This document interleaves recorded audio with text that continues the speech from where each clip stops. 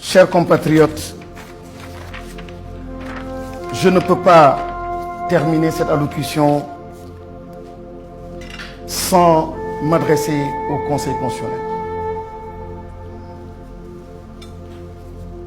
Le Conseil constitutionnel est un pouvoir.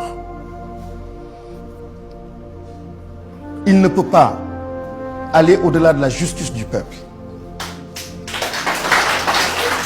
Le Conseil constitutionnel ne peut pas être plus juste que le peuple.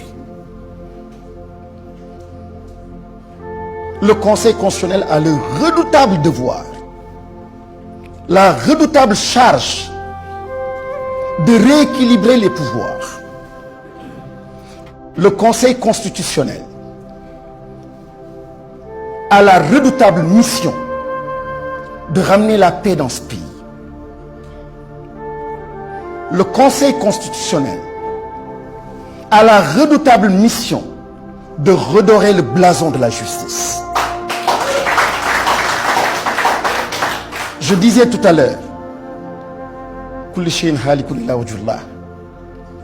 et la conscience historique, elle est importante. Il y a des juges qui ne sont plus. Il y a des présidents qui ne sont plus. Il y a beaucoup d'êtres humains qui ne sont plus de ce monde.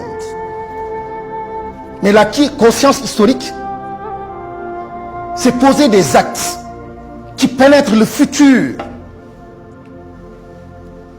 C'est poser des actes qui sont durables, qui sont éternels, qui transforment, qui rendent heureux, même après votre vie. Le Conseil constitutionnel a ce redoutable devoir. Il n'a pas le droit de mettre une vérité exclusive, fût-elle celle d'un président en exercice, au-dessus de la vérité de tout un peuple. Le Conseil constitutionnel ne peut pas fouler du pied les décisions de justice qui ont rétabli le droit et dans des conditions, dans un contexte extrêmement difficile, mais le droit a été dit. La justice s'est relevée au nom de la dignité du peuple, redonner au peuple sénégalais toute sa dignité et toute sa fierté. La justice nous a permis de revivre ces moments. Et ce Conseil constitutionnel, nous attendons cela encore du Conseil constitutionnel, jusque le droit soit dit. L'avenir dépend de ce Conseil constitutionnel. La paix dépend de la décision du Conseil constitutionnel.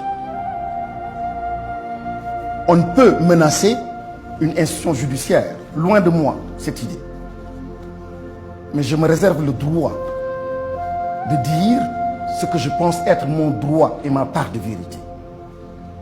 Et ma part de vérité, c'est que le droit a été dit.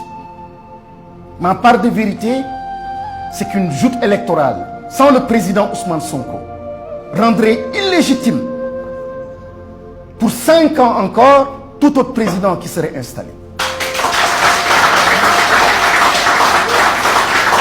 Une joute électorale sans la participation du président Ousmane Sonko voudrait tout simplement dire que le processus électoral est vicié et que le peuple peut se réserver le droit de refuser tout scrutin, tout résultat qui serait issu de ce vote-là si le président Ousmane Sonko n'était pas candidat.